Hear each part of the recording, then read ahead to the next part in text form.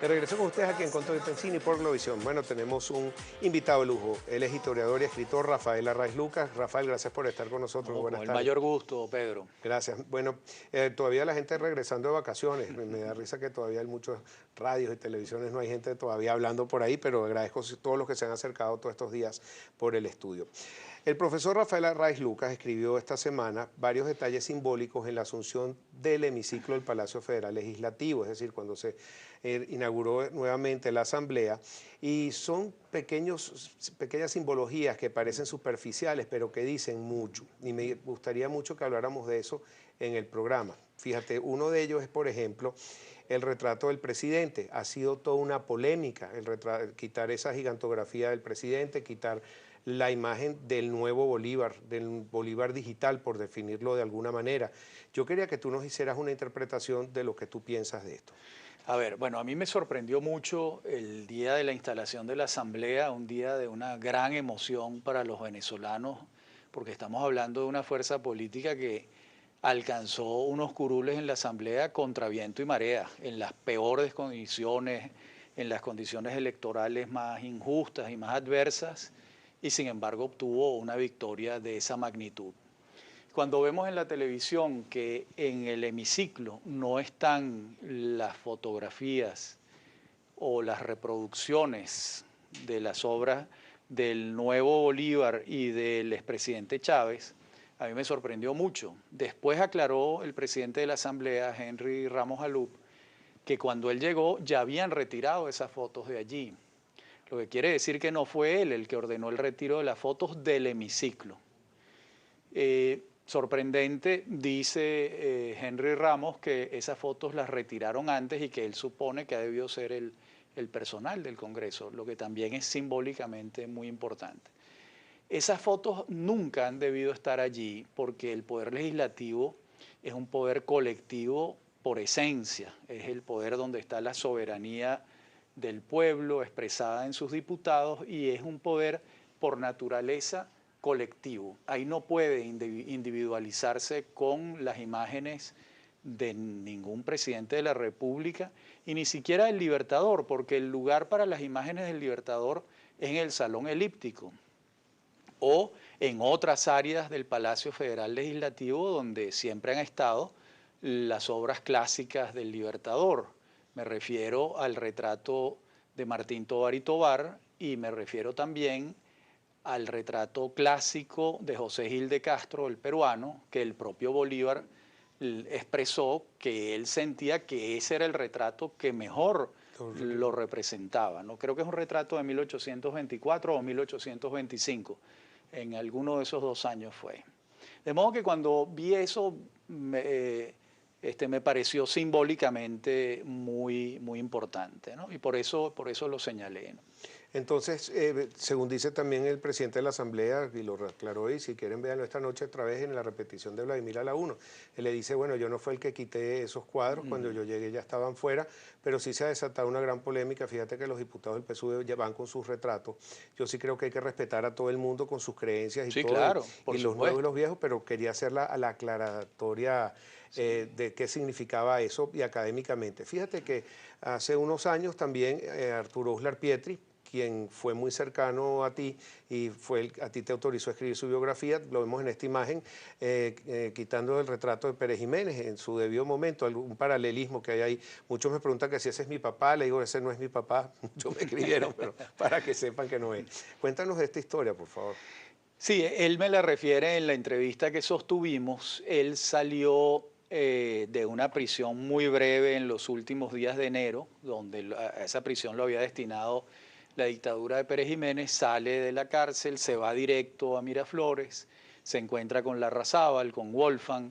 Él refiere en la entrevista la conversación que tiene con Larrazábal y luego se encuentra con Alirio Ugarte Pelayo, que está redactando el acta de la transición de ese nuevo gobierno que se está formando allí, interviene en la redacción del acta Uslar, incluso en la entrevista me refiere cuál es la corrección que él ha hecho.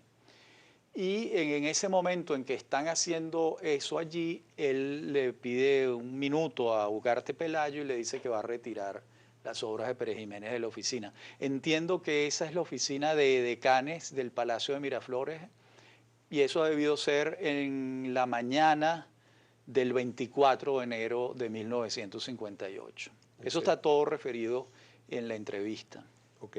Mira, también la fórmula de juramentación que utilizó Henry Ramos excluye la mención de la República Bolivariana de Venezuela, que está inscrita en nuestra Constitución, y se decantó por la de Dios y la patria, una sutileza en el lenguaje. Explícanos un poco qué pasó. Sí, ahí. es una manera, creo yo, que al menos es la lectura que yo le doy, una manera que encontró Henry Ramos de utilizar una fórmula anterior, que es Dios y la patria, y que tiene completa vigencia y que perfectamente puede usarse, ¿no? Porque si usaba Dios y la República y no decía República Bolivariana de Venezuela, entraba en un problema, en un tema un poco más complejo y yo advertí esa inflexión del lenguaje que me parece interesante.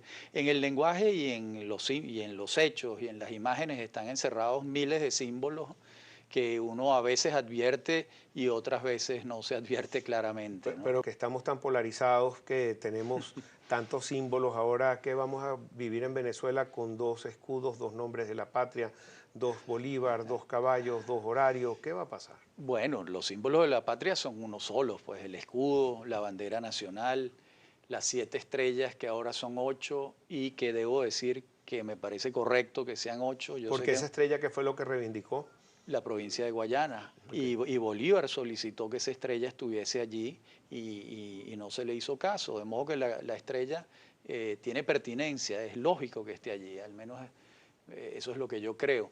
En el tema del escudo y el caballo volteado, eso es un exabrupto, porque en heráldica ese caballo como estaba colocado, por cierto, el escudo nacional es obra de un experto en heráldica que era el embajador del Reino Unido en Venezuela en tiempos del general Páez, que fue Robert Kerr Porter. Él es el diseñador del escudo nacional y el caballo de esa manera tiene un símbolo dentro de la heráldica que en este momento no puedo explicar cuál es porque no lo recuerdo, pero sé que tiene un sentido, ¿no?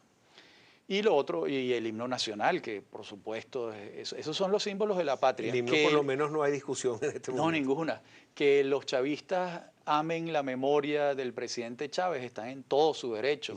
Como los adecos están en todo su derecho de amar la memoria de Rómulo Betancourt y los copellanos o los demócratas cristianos de Caldera. Digamos, eso no tiene discusión alguna.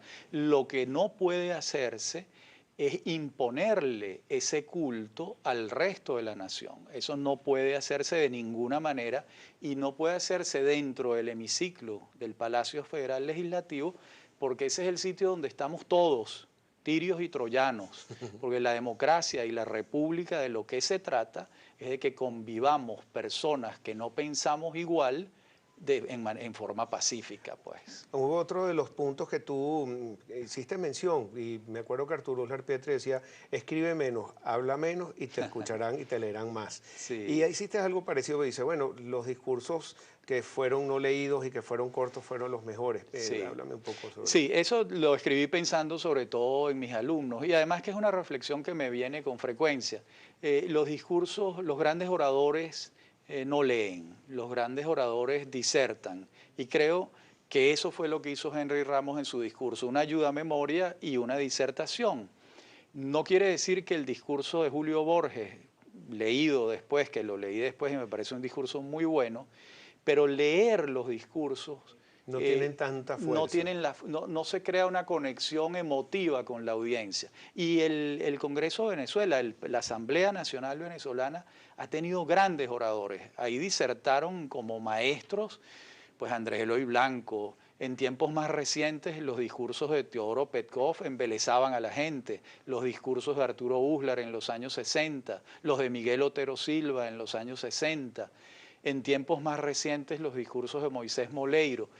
Ese es ese parlamento de oradores capaces de expresar sus ideas con claridad y con emoción es uno de los beneficios que nosotros estamos esperando de la Asamblea, que ha pasado por muchos años de tristeza y de oscuridad con estos diputados que hemos tenido en el pasado, ¿no? Tú también siempre has escrito y te ha llamado mucho la atención lo que es la Venezuela de militares y lo que son los civiles.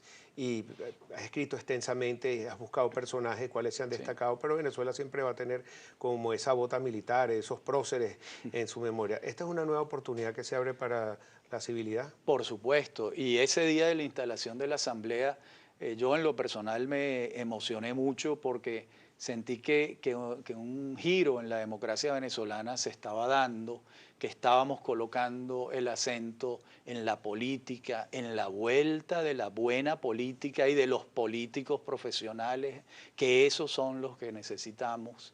Gente que se dedique a los asuntos de la polis de manera sistemática, permanente y con un criterio civil. Porque dentro de la Constitución y dentro de la tradición republicana nuestra, el papel de los militares está claramente delimitado, ¿no? Y eso tenemos que profundizarlo y creo que estamos en un momento en Venezuela en el que esos cambios favorables tienen buen viento y van a navegar así. No quiere decir que no vayamos a tener dificultades, por supuesto. Algunos de los discursos te llamó la atención que siguen hablando del pasado, de la cuarta, de la tercera, y siguen como un rencor con el pasado, y han pasado más de 16 años. ¿Alguna recomendación para estos discursos? No están Sí, leyendo el país algunos de los diputados. incluso muchos diputados jóvenes, como Héctor Rodríguez, que me parece un hombre inteligente del PSUV, se refería al pasado, es como un ritornelo, como un mantra que ellos tienen, cuando Rodríguez ni siquiera vivió esos episodios de los años 60 y 70.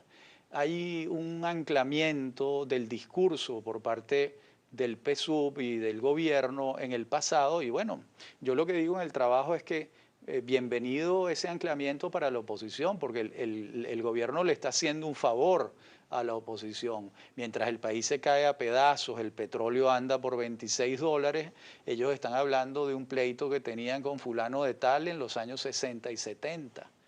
Entonces, ¿a quién le están hablando? Es un boxeo en la oscuridad, están peleando con fantasmas. Los problemas de Venezuela son otros y muy graves y todos vinculados, entre otras cosas, con el precio del petróleo que sigue cayendo y que nos van a llevar a una situación más dramática de la que tenemos hoy si no encontramos unas salidas económicas a la crisis. Okay, mira, el discurso del diputado Agüero, le tocaba presidir por su antigüedad como Sí. diputado.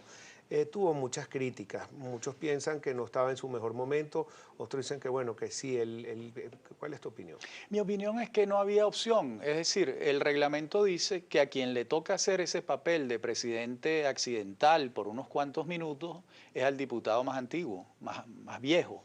Y él es el diputado más viejo de la Asamblea, creo que tiene 74 o 75. Me parece que el segundo más viejo es Ramos Alup, que tiene 72. Entonces hay gente que cree que el gobierno lo puso allí a dar un discurso. No, es que no había No había otro, no alternativa, fue. no había otra opción. Y se ve que el diputado Agüero no tiene facultades para la lectura en voz alta porque aquel discurso fue un enredo bastante pronunciado, ¿no? Okay. Bueno, hoy empezaron a legislar, destrabaron ese nudo gordiano.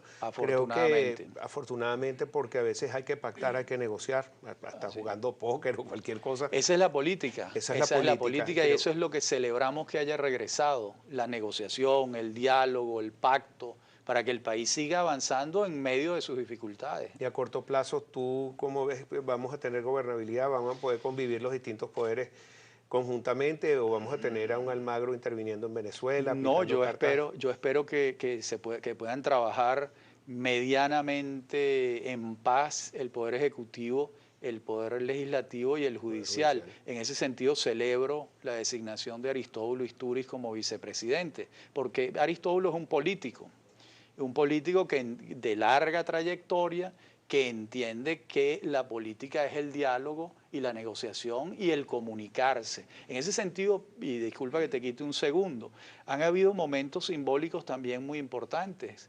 Ese abrazo y ese saludo de abrazos y besos entre Henry Ramos y la diputada Cilia Flores, eso no lo veíamos en Venezuela desde hace muchos años. Eso es lo que queremos ver. Excelente, excelente reflexión, Rafael. Se nos acabó el tiempo. Un placer tenerte por No, acá. igual. Y Dan Brown es el código Da Vinci, no es el código de la Mona Lisa, me equivoqué, pero...